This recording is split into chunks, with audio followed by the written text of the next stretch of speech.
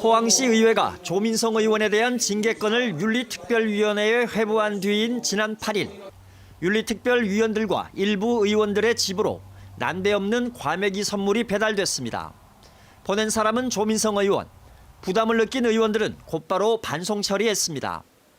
정황으로 볼 때 조 의원의 선물은 자신에 대한 징계 심사에 영향을 끼치려 했다는 의심을 살 수밖에 없습니다. 윤리위원회 회부된 것도 있기 때문에 그날 바로 해갖고 바로 다 돌려줬거든요. 참 미치겠다. 조 의원은 윤리특위 위원뿐 아니라 다른 의원들에게도 선물을 보냈다면서 동료 의원에 대해 엉뚱한 이야기를 합니다. 감액이 제가 선관위 가가 고발 조치도 해요. 뭐 저는 관계없는데 우리 의원들이 조사를 받잖아요. 포항시 의회는 조 의원의 이런 행태를 문제 삼지 않고 넘어갔습니다. 그리고 조 의원의 이해충돌 방지법 위반 건에 대해 출석 정지 20일을 결정했습니다. 하지만 현재 의회 일정으로 보면 출석 정지일은 모두 비회기 기간에 해당해 실질적인 징계 효력은 없습니다.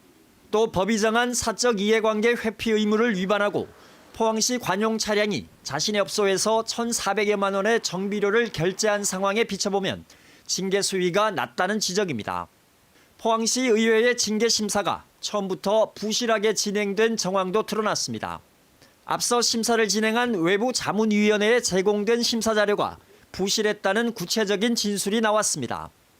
포항시가 조 의원 업소에서 카드 결제한 정비료가 1,400만 원이 아니라 500만 원으로 축소됐고 조 의원의 개입 여부 등 기본적인 조사 결과도 없어 정상적인 심사가 불가능했다는 겁니다. 처음 하다 보니까 이게 좀 자료가 좀 부실했다면 정말 이거는 저희들 좀 부차릴 수도 있네요. 그렇죠? 한편 포항시 의회는 조 의원이 선물을 돌린 사안에 대해 별도의 조치 계획이 없다고 밝혀 공직윤리에 대한 시민들의 눈높이에 한참 미치지 못한다는 지적을 받고 있습니다.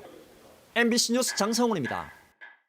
포항시의회 조민성 의원이 동료 의원들에게 과메기 선물을 돌린 것과 관련해 선거관리위원회가 조사에 나섰습니다. 경북선관위는 조 의원을 포함해 과메기 선물을 받았다고 돌려준 시의원 10여 명을 대상으로 공직선거법의 상시 기부 행위 위반에 해당하는지 조사하고 있습니다.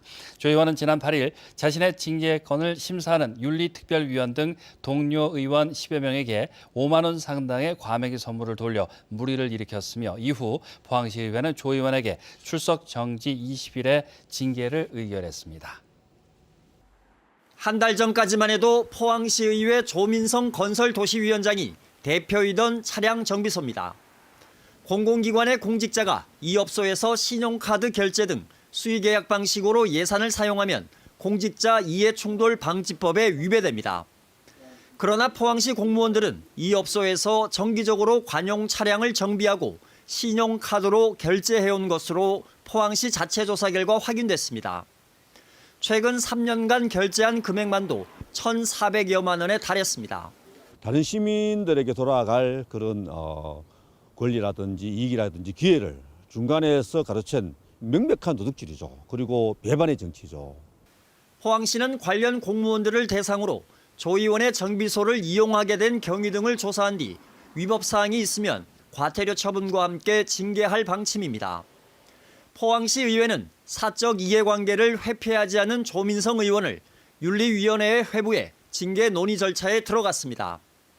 지방의원의 징계는 공개회의에서의 경고와 사과, 30일 이내의 출석 정지, 제명이 있으며 포항시 의회에서 지금까지 정식으로 징계를 받은 사례는 없습니다. 시민사회단체들은 이번 일을 계기로 포항시 의회가 전체 시의원을 대상으로 공직윤리 위반 행위를 면밀히 조사해 공개할 것을 요구하고 있습니다. 한두 명의 일이 아니라 그동안 관행과 짬짬이로 점철되어 온 그들만의 카르텔이 존재하지 않는가, 그것이 빙산의 일각으로 드러나지 않았는가, 이런 의심을 시민들은 떼줄 수 없습니다. 한편 조 의원이 당적을 둔 국민의힘 경북도당은 이번 사안에 대해 아직 알지 못하고 있지만 조사한 뒤 필요하면 조치하겠다는 입장을 밝혔습니다. MBC 뉴스 장성훈입니다.